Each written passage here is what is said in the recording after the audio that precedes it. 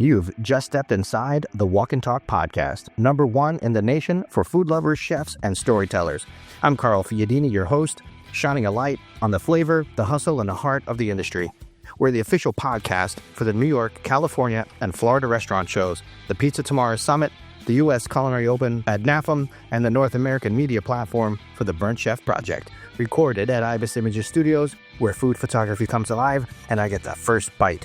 Find out more, info at thewalkandtalk.com.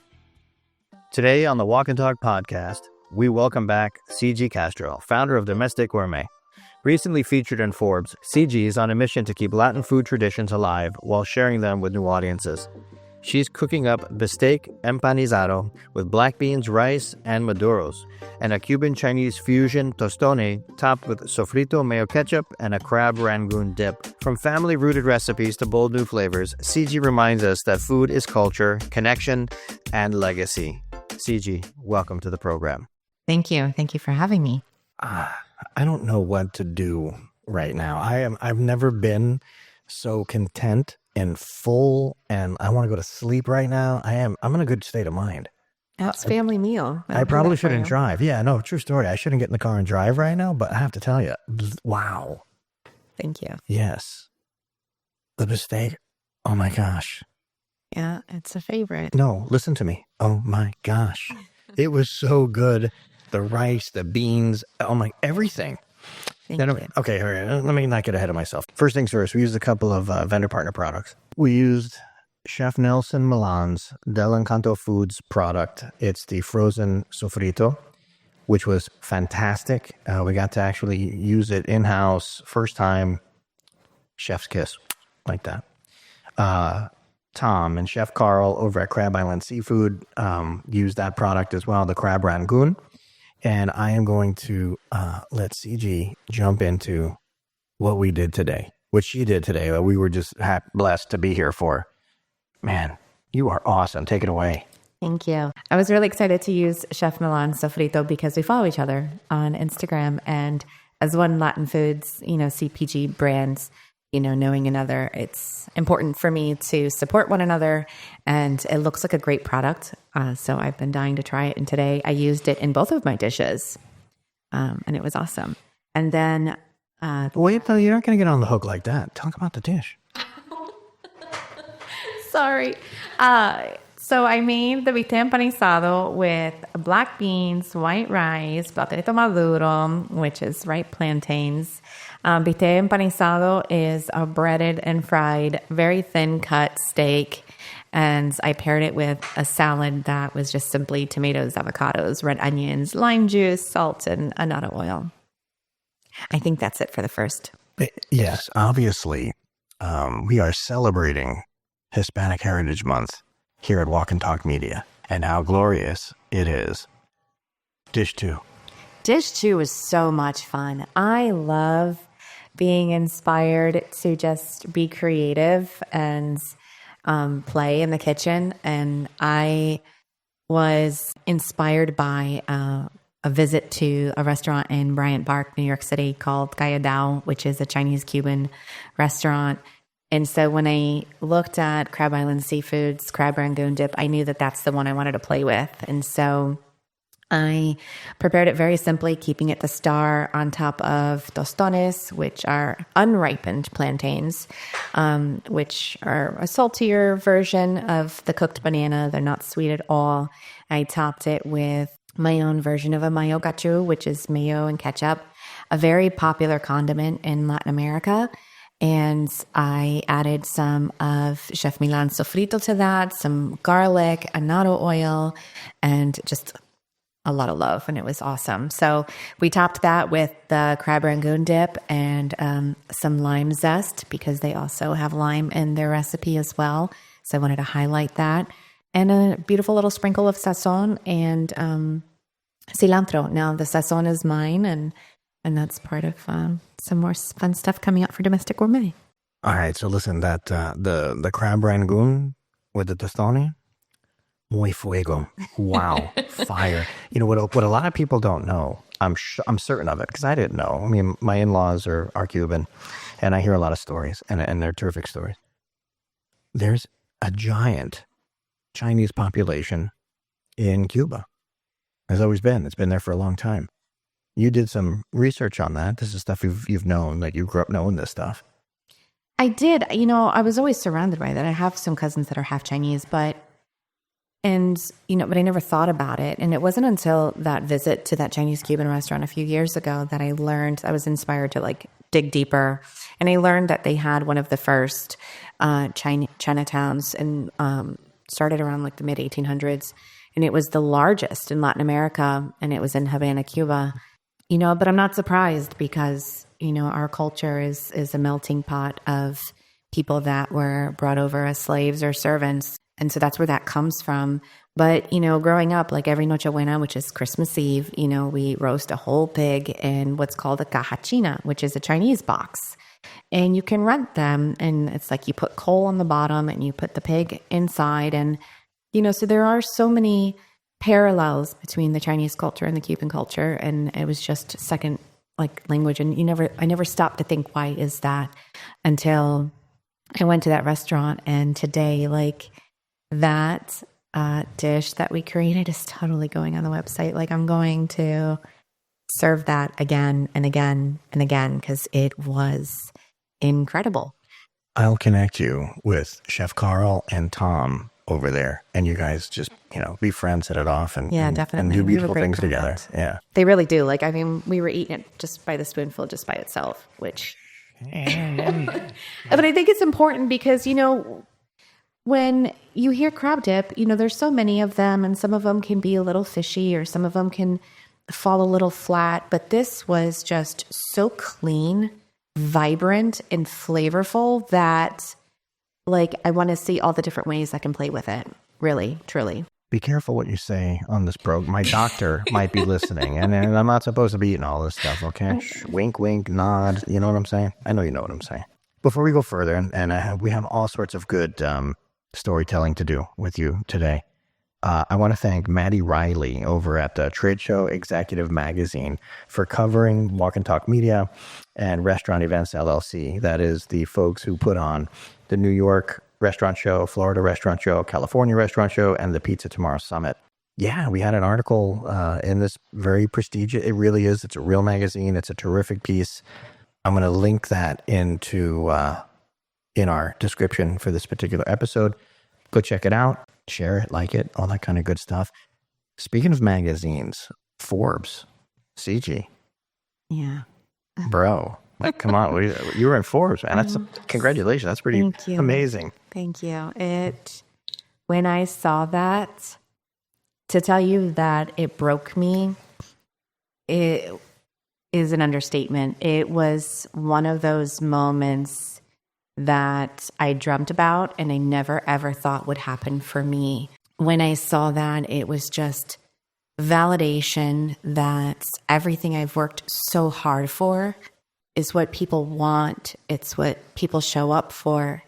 And I'm doing important work that I think is important, because a lot of what I share are recipes that are passed down orally. And, it's important for me as a first generation Cuban, Puerto Rican American to preserve these because my children are growing up further from the culture than I was. Where I grew up, a lot of my family didn't speak English, and they're growing up where a lot of people don't speak Spanish.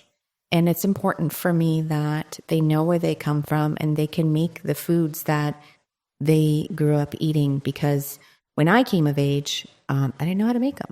Being in Forbes was just that validation, and it was incredible. National credibility is huge, right? Mm-hmm. Because you've gotten yourself to a point where you're an executive chef, mm-hmm. and you started your company. You're an entrepreneur. You're a founder. You're all these tag words, that are very hot. Yeah. Right. That is amazing, and you should be super proud of yourself. Thank you. Especially in the onset of this Hispanic Heritage Month, I think that's a terrific dart right in the dead center. Absolutely. It was an article for Father's Day, and it was an article on how to celebrate Father's Day for dads that have wanderlust. And, it was a piece on Puerto Rico, and I incorporated my annatto oil. And as the first person to bring organic, high quality annatto oil to market, to say that was an honor and a privilege would just be an understatement. We've talked about this a bunch. I know you're busy typically, and you're super busy now. Your schedule's packed. How do you decide which events to say yes to? The next event that I'm doing is called the Unimos Festival, and it's with the folks over at the Stageworks Theater. It's their inaugural festival for Hispanic heritage. And, the reason why I made a choice to join them on that is because, you're married to a Cuban woman, so you know that within our own Latin cultures, there are... I don't know how to say it. So I'm Cuban and Puerto Rican. My husband's Puerto Rican, and we pick on each other for things, right? We can be divided amongst ourselves. And so what I really love about this festival is the Unimos is about, uniting all the Latin cultures and to come together for that purpose. And that is a cause I can get behind, especially because now, I don't, we don't rag on each other anymore because we've got kids and they're listening, and I want them to be proud of both of their sides. I mean, look, the truth is, I'm from Miami. I grew up with the whole spectrum of Latins around. And I know from being friends with all of these different people, man, it gets rough. It does. It can get heated. Yeah, Cubans against Dominicans, and Dominicans against Puerto Ricans, and Puerto Ricans against, Venezuelans, and Mexicans against this ones. Oh my God, I've never seen anything like that in my life. I used to get in the middle of all that stuff, as a kid, teenager, growing up. And it's like you learn that this one and that one, they get along, but not really. But then they do. But then we're all married to each other. We can't resist each other. But then, and then we all eat each other's food, and it's wonderful. Yes. Yeah, absolutely. The great uniter is always the food. The food and the music, And so that's why it was important for me to hop on that Unimos Festival. That's on September 25th at Stageworks Theater in downtown Tampa. And then there's lots of little things I'm doing, throughout the month, but I am ending the month with a huge, maybe a little too huge of a bang with La Bomba y la Plena Festival. So for those of you who don't know what Bomba is, this is a Puerto Rican festival, and it will be about 8,000 to 10,000 people in attendance. So to say that I have a lot of work to prepare for would, again, be another understatement. So Bomba is one of the island's oldest art forms. It derives from the African slaves. It's a call and response dance and music. So it's really cool because the dancers dance, and then the drums and the percussion try to keep up and keep the rhythm going. So they follow, instead of the dancer following the music is following the dancer. And it's just a gorgeous, it's just something really gorgeous to witness. I love it. And then La Plena is actually, again, very percussion. And that was the sung newspaper. So that is, those are stories that are being told through music, and it's still incredibly popular. Bad Bunny brought a whole bomba and plena to his residency, and so that's what this festival. There's going to be music, there's going to be food, and there's going to be domestic gourmet. When I go on the road and I become a Latin singer, I'm going to take on the name Bad Bomba. That's where I'm going. So the reason why, I'm getting so involved in this Hispanic Heritage Month is because cultural representation is important to me. And I want to not only connect more with my community, but I think it's important for my own kids to walk away with their bellies full and, of good food and their hearts full of good music. And it just brings people together. Music and food brings people together. It doesn't matter what culture you are. I feel like that's the one thing that can unite us all. I am with you on that. 100 and all all the the our percent. day. That was our day today. We had the music going all day. We had the food going all day. How was the music today, too, right? It was awesome. We were vibing today. Yeah, John picked a killer playlist. He did. He did. He doesn't talk. He doesn't say two words, but he. But he knows how to DJ. Yeah. I was very happy. At this event, what are your duties? What are you doing at the event? I'm a vendor. So one of the really cool things that is happening for Domestic Gourmet is we're expanding by 2 SKUs. So as you saw today, I have the adobo and the sazon, and that is something that I will be debuting, as well as some holiday gift boxing. The Bistec Empanizado, black beans and the maduros. That dish, that's something personal to you. It is 100%. Why? Gosh, it incorporates all the people that I love, and it is my favorite food. It's my comfort food. The black beans is really where I started. My great aunt taught me that recipe, and I have not altered it. It is a gift. It's special to me because, she was the one person who would teach me when no one else would. And so, I am very proud of that. And I wanted to share that today with you guys, especially because, it's Hispanic heritage. And it's like, this is my heritage. This is a part of me. This is where I come from. And when I go home, to Miami to see my family, like, this is my meal. This is what I choose to order and what I love to eat. The dish itself, rack plateware, the way John, puts the set together for photography. You were cooking. It was gorgeous. It really was beautiful. But let me tell you, today we actually got a chance to sit down and do sort of family meal. There was a lot of food that Ciji cooked. We ate it on paper plates. And that was really nice. It's special. It is special. And it's comfort food. It is. And this is how I show people that I care about them. Like, I care about you guys. I love being here, and I love sharing where I come from, and I love nothing more than family dinner. It is sacred to me, and it is one that I will be home in time for, with my kids, being around the table and just stopping. How busy are we? Like, at what time did you start packing up the car with all your gear? Because I know I started at 6 o'clock this morning, and I didn't stop till 11 o'clock last night. We go, go, go.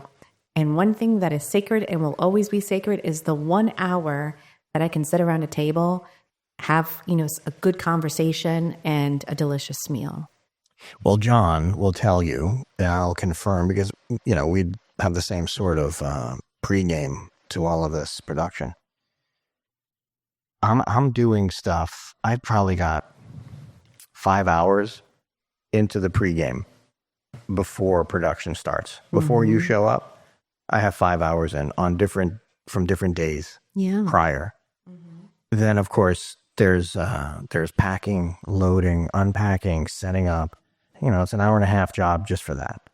Then, of course, we're going to spend 5 hours doing what we're doing here, but we're doing a lot. 6 today, but we're doing a lot of content creation. Right? There's absolutely 2 videos, tons of photos, storytelling, the podcast. It's the dancing, the snapping. Well, yeah, the joking around. That's not work. That's fun. It's all fun, really. I mean, it's honestly, this is a terrific platform to be expressive and creative, and to really get to enjoy the fruits of the labor. 100%. You guys are great teammates, and I feel like we all have, a shared common passion for what we do. And it really, when we come together, magic happens. Truly. And I don't say that lightly. I have been in this business, or in show business, or whatever you want to call it, for 5 years. And it has never been so smooth, so professional, and just so much fun. I have so much fun. It's a lot of work coming. It's a lot of work preparing. Anytime I film, I don't care where it is so much prep that goes into this, because you're squeezing it into your regular, work life and for me, mom life. But every time I come, I'm so thankful that I make the sacrifice to be here, because magic happens, and I can't wait to see what you guys create, and then that turns around and inspires me to create more from it. Mic drop. We're done. We're out of here. This is a wrap. We're all done. Goodbye. That's it. Thank you for saying that. I mean it. And well, sincerely, thank you. We're blessed. That's all I can say. So another interesting occurrence for you. You've said your black bean recipe is now the #1 Spanish language result on Google, which I think is incredible. How does that milestone tie back to family legacy and the lessons from your great aunt? It is a full circle moment. It's taken a lot of work to fully translate my entire website, which I have done it myself. And so the fact that Google is not only registered that, but that it's resonating with a brand new audience. So now if you Google frijoles negro cubano, it is my tia's recipe as #1 to come up. And, I hope when she, hears this, she is so proud because it's a killer recipe. And, so funny story how this all happened. I was dating Miguel.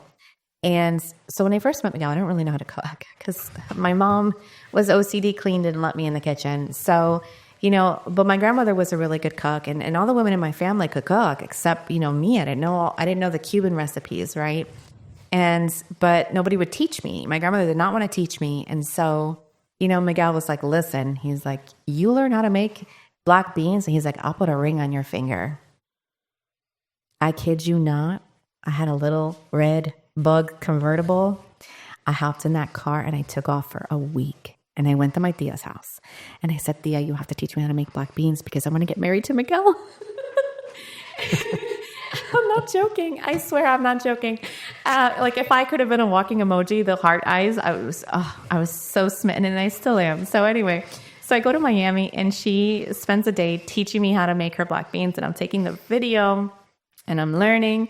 And then, the next day she teaches me how to make la carne con papa and she's talking about the foundation of our food. Like what is the Cuban sofrito, which is different from the Puerto Rican sofrito, right? Cubans use cumin, Puerto Ricans don't, and I'll never forget, it was like a crash course in my tia Lud's house and I drove back and that night I made him.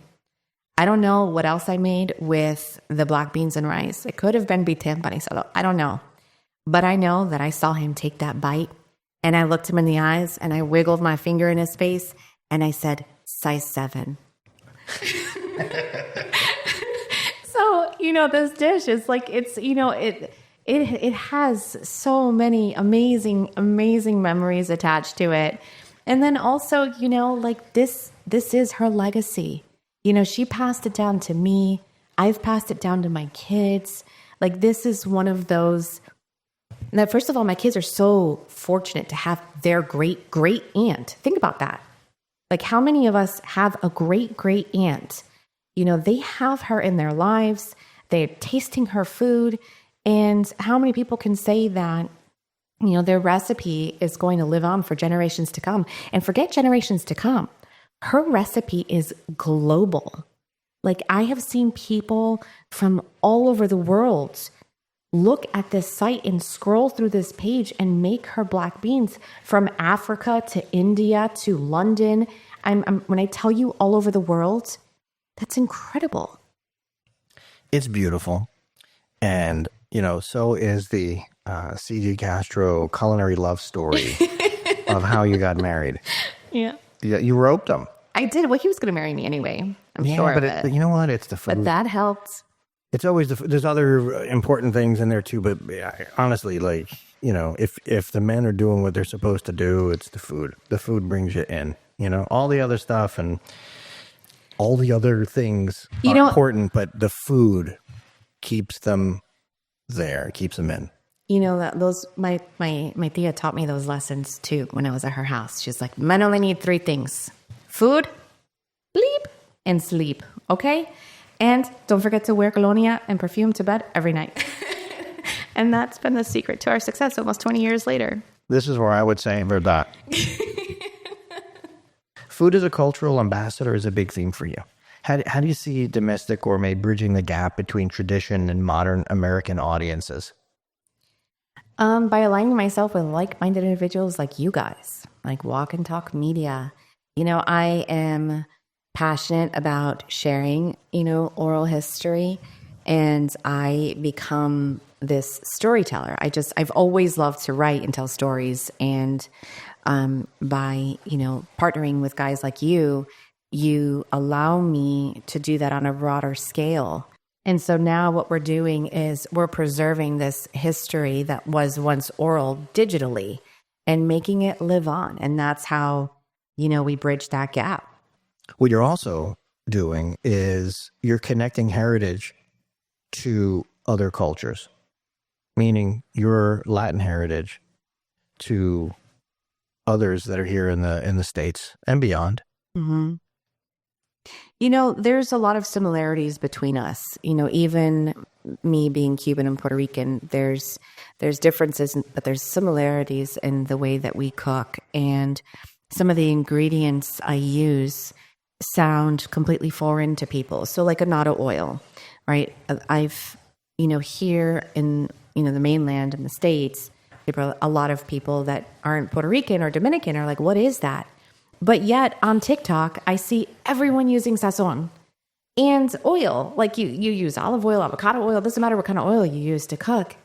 But literally, this is an all-in-one. It's just educating and letting people know like, hey, I have made this convenient for you. It's fresh, it's ready to go. And, that is one of the ways that I bridge the gap between, even Latin cultures. So, what I wanted to kind of go back to was our last episode where we made pasteles, right? Okay. It is such an ancestral, rustic dish that, might not appeal to a lot of people. But what we created here and John's images, way to go, right? By creating the work that we do, it'll make people maybe stop in their tracks and be like, what is that? And now you've just opened up a dialogue. What's in it? What does it taste like? You've piqued a curiosity that makes people want to know more, just like it happened to me when I went to that restaurant and had Chinese and Cuban food.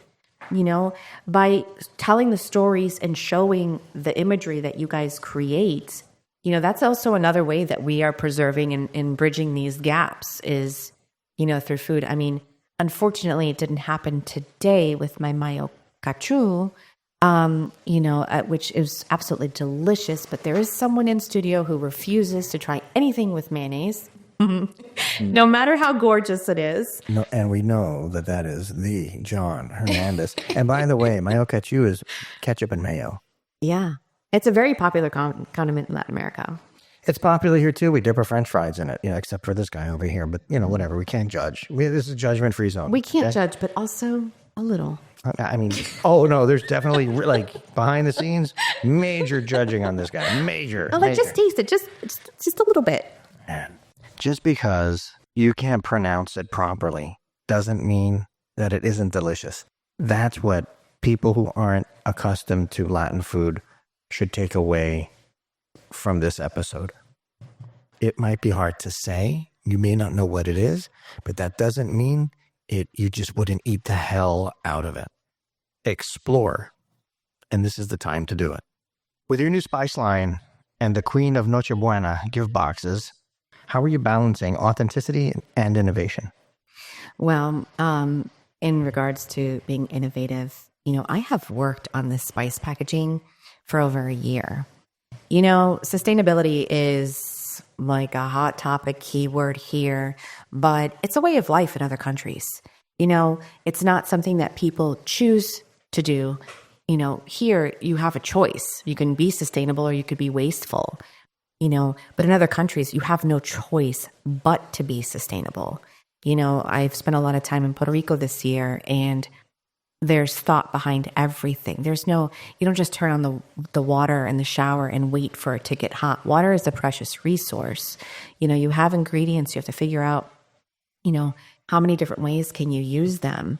And so, this is something that has just been instilled in me. My grandparents were like that. My mother is, the queen of figuring out how to reuse something. She is like one of the most sustainable people I know. And so in developing a spice line, my first thought was all the waste. What am I going to put my packaging in? Think about how often you buy maybe something like garlic powder or Italian seasoning for you, right?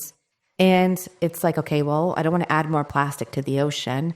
And okay, people like glass, but glass is still going to take up space somewhere, right? So I had the thought of figuring out a way that I could make something that could be biodegradable.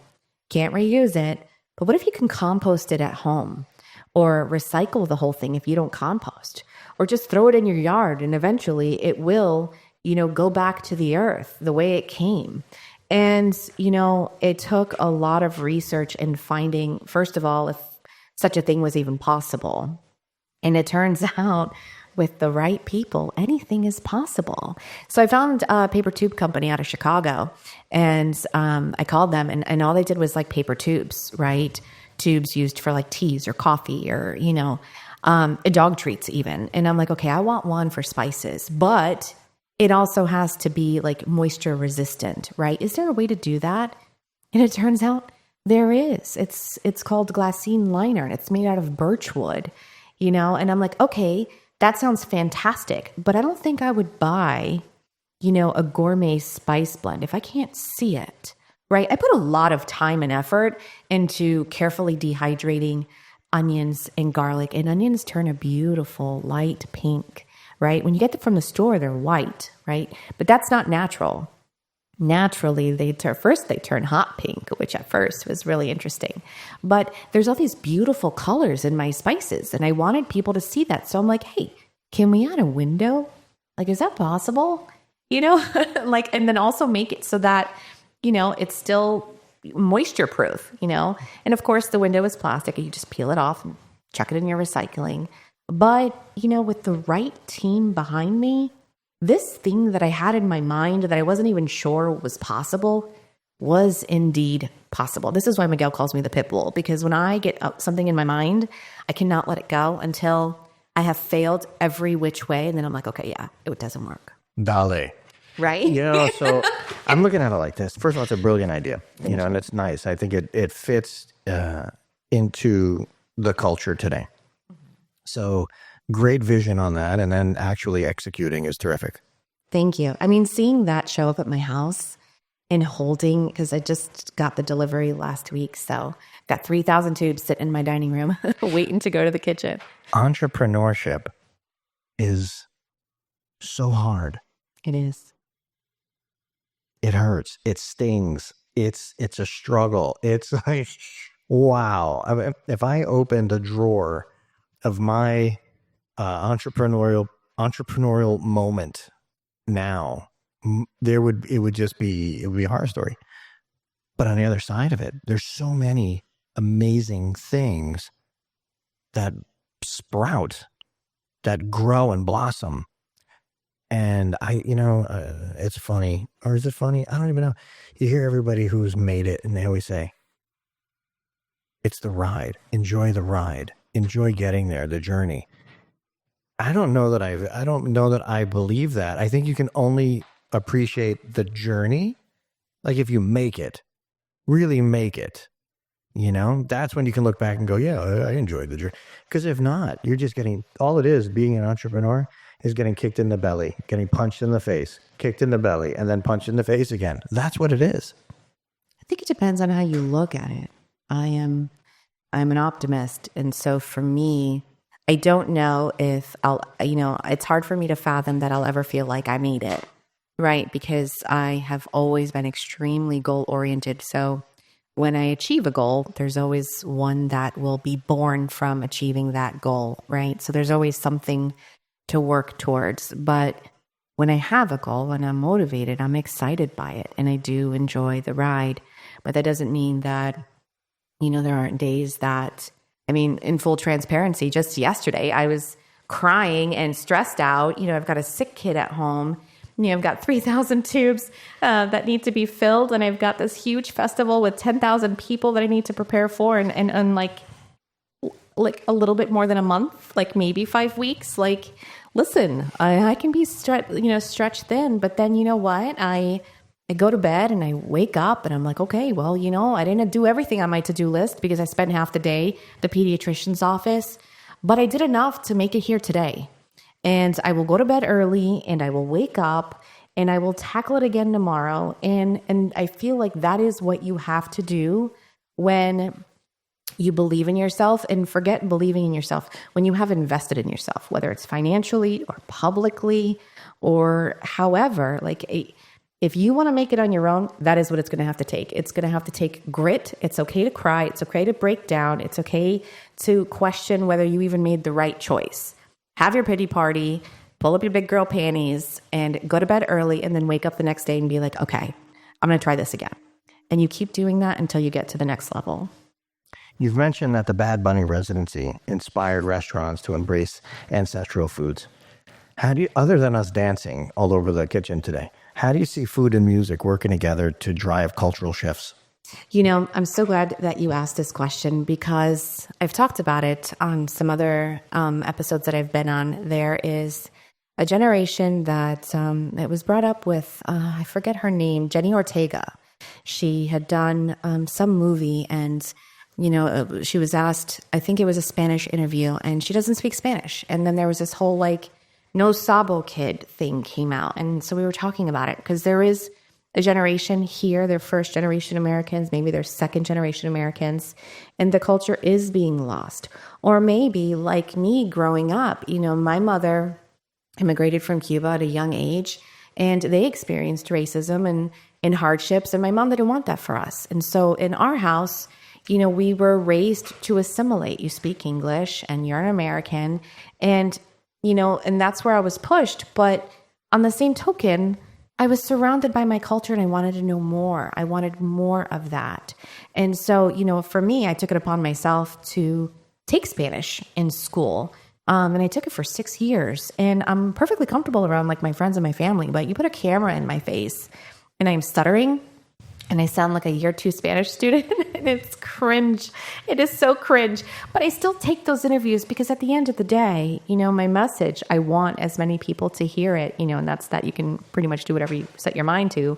But what I feel like Bad Bunny has done is he's taken maybe a little bit away that stigma of the no sabo kid, and maybe kids who don't even speak Spanish.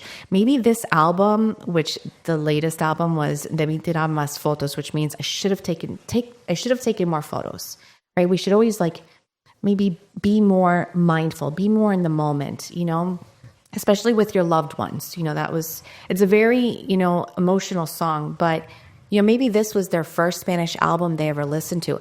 I have seen so many TikToks of people that were inspired to at least translate the album so that they understand what it was he was singing about.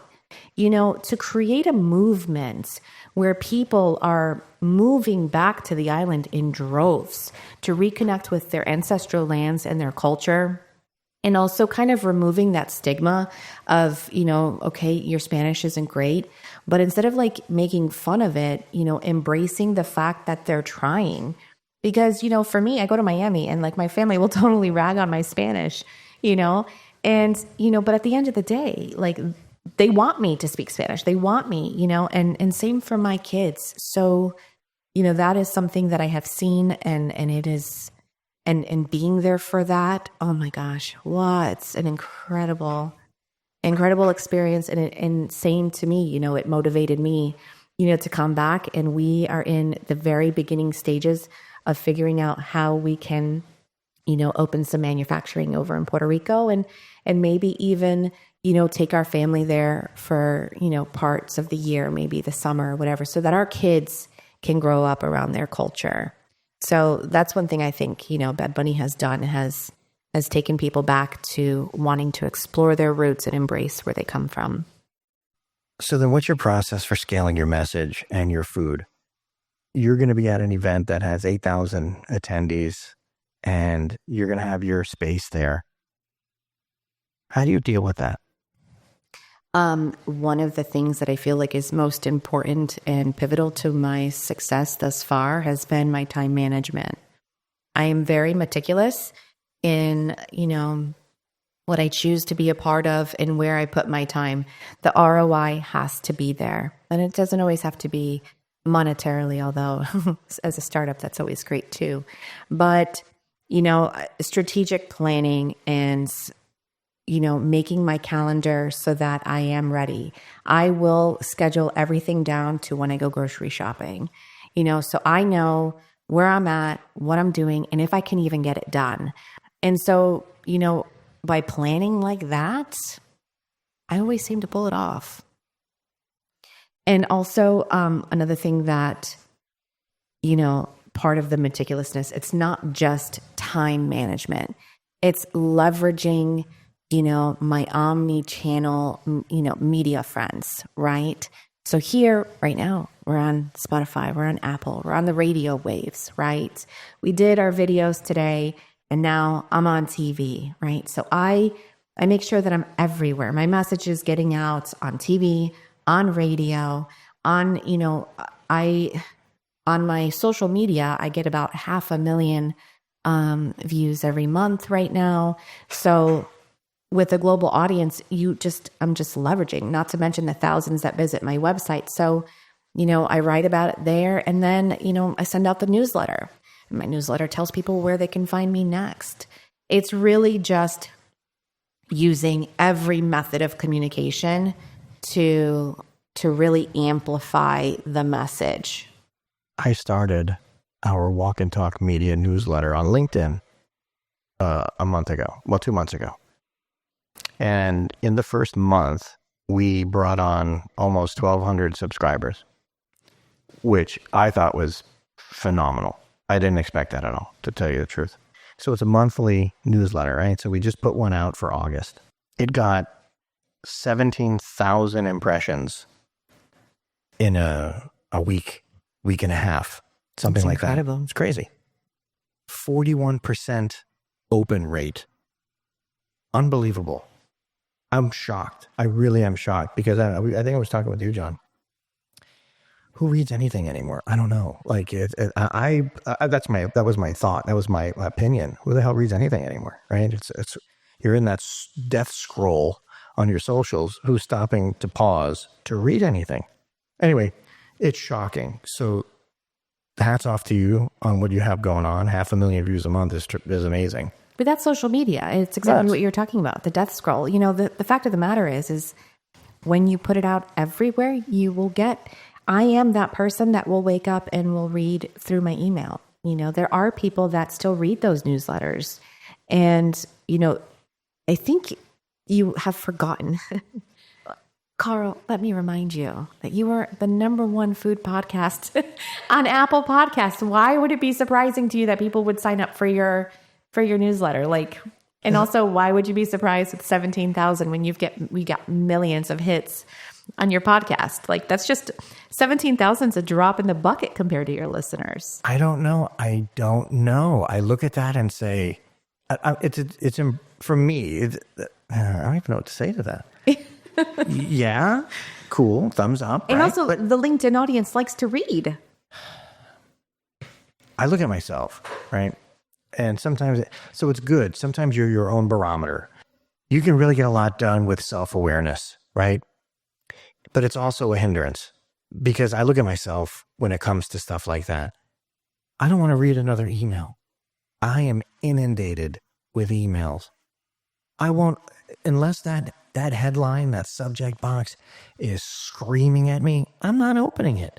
Unless I know I'm expecting it. Forget about it. It's like people who call and you don't know the number. I'm not answering that phone call. You're out of your mind. Why are you calling me? Because your car warranty expired. Seriously, that's my point. And I feel like every email is the car warranty email, right? Yeah. So when you're talking about like a newsletter, to me, I thought it was going to be a garbage can, to be honest with you. And I saw quickly that it wasn't. It took on fairly quickly. And I'm impressed, not with John or me or whatever. I'm not talking about that. I'm shocked that it worked. Response. Yeah, because it isn't a digital creation per se, right? It is though. It's a form of it. It is, but it's not to me. It's not to me. And maybe I'm going to. Oh, hey, listen. By the way, this whole podcast thing. A few people years ago said, "Hey, you should do a podcast." And I looked at him and I said, why would I want to do that? I'm doing videos. Why do I want to do a podcast for? That's stupid. I'm stupid. I didn't know. I really didn't know. I started looking into it a little bit. And it's it was then, 3 years ago, it was a $2 billion industry. And I'm like, oh, wait a minute. Let's pause. Let's revisit that conversation. Yeah, let's see what it is, right?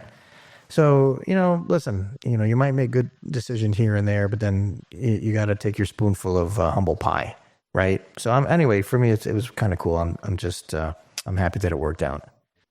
Looking ahead, what's the legacy you want Domestic Gourmet to leave? Is it about flavor, cultural preservation, entrepreneurship, all of the above? All of the above and then some. First of all, Domestic Gourmet is rooted in family. My very first logo is me baby wearing my youngest with, my 2 girls on each side of me in the kitchen. That's how Domestic Gourmet started. That is still how Domestic Gourmet goes.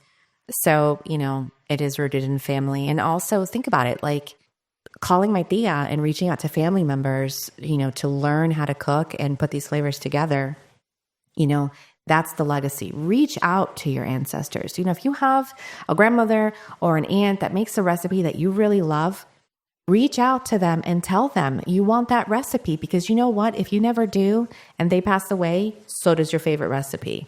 And then also, entrepreneurship. I am a mom with 3 kids. This is my second career. I started late in life. And if I can do this, you can do it too. And it's literally figuring out what you don't know and then figuring out where you can learn what you need to know. That was beautiful. Today was really beautiful. I agree. John, can I get a head shake?